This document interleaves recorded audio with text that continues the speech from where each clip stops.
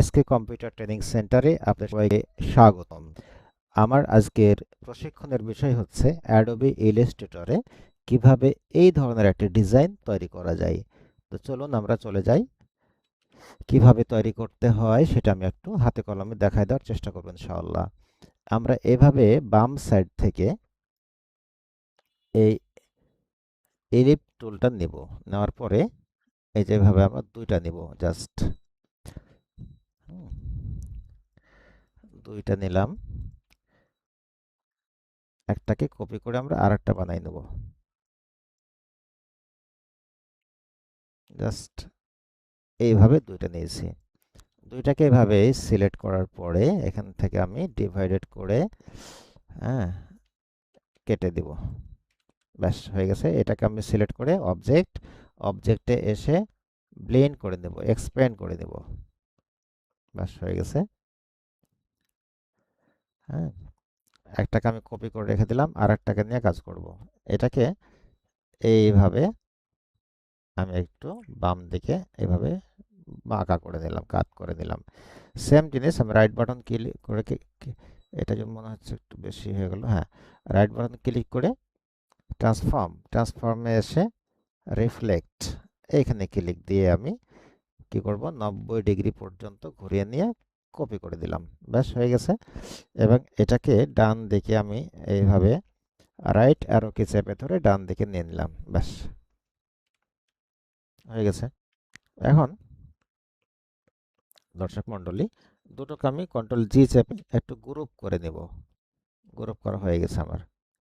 এরপরে যে কাজটি করতে হবে হুম, এরপরে যে কাজটি করতে হবে সেটা হচ্ছে এটাকে সিলেক্ট করে আমি যাব হচ্ছে ইফেক্টস। ইফেক্টসে এসে এই দেখুন কি লেখা আছে, ডিস্টর্ট অ্যান্ড ট্রান্সফর্ম। এখানে এসে আমি ট্রান্সফর্মে ক্লিক দিলাম। ক্লিক দেওয়ার পরে এটা আমি কয়টা কপি করব, মনে করেন আমি 10টি কপি করলাম, 10টি। এবার এইখানে এসে ভার্টিক্যালি একটু নিচের দিকে ডাউন করে দিলাম, একবার, দুইবার, তিনবার। এবার নিচের দিক মোটা হবে আর উপর দিক চিকন হবে। চিকন হওয়ার জন্য এই জায়গাতে এসে আমি ডাউন করে দিচ্ছি। দেখুন এই 95, 94। তারপরে একটু ওকে দিলাম। ওকে দিলাম, দেখি কি অবস্থা হয়েছে। হ্যাঁ, মোটামুটি হয়ে গেছে। হুম, দর্শক মণ্ডলী আপনি দেখতে পাচ্ছেন এই যে এতগুলো জিনিস হয়ে গেছে। আচ্ছা, এবার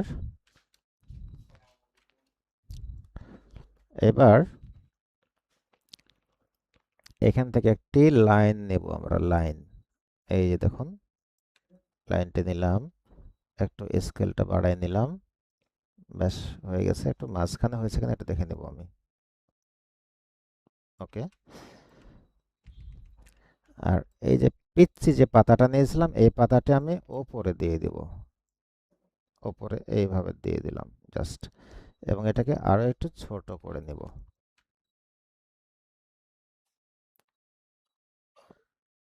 ওকে, ফাইন, হয়ে গেছে। পুরোটাকে আমরা কন্ট্রোল জি চেপে গ্রুপ করে নিয়েছি। ওকে, এখন এটা কি করব, পুরোটাকে চেপে ধরে আমরা এই যে আছে ব্রাশ টুল আছে এই জায়গাতে এসে আমি এটাকে ছেড়ে দেব। ব্যাস, দেন আর্ট ব্রাশ।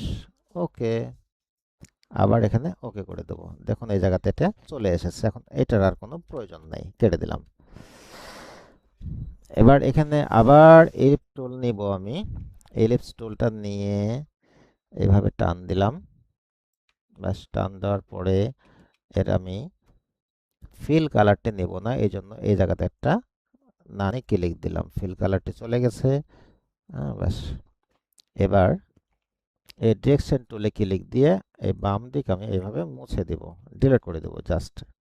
হ্যাঁ, আনডু। ব্যাস, আছে।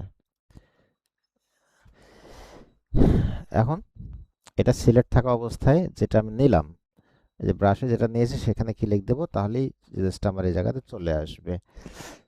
এবং চলেও এসেছে। এখন এটাকে রাইট বাটনে ক্লিক করে ট্রান্সফর্মে এসে আমার কি করবো, আবার রিফ্লেক্ট করব। হ্যাঁ, রিফ্লেক্টে গিয়ে কপি করব। দেখুন দুইটা কপি হয়ে গেছে, ডানটা ডানে বামটা বামে,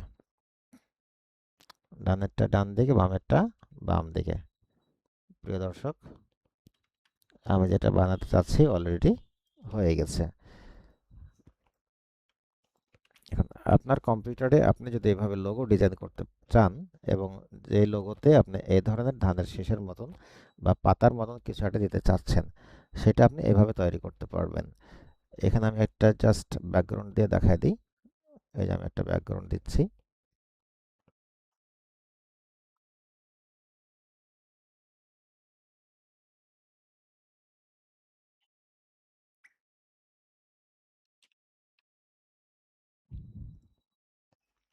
ব্যাস হয়ে গেছে।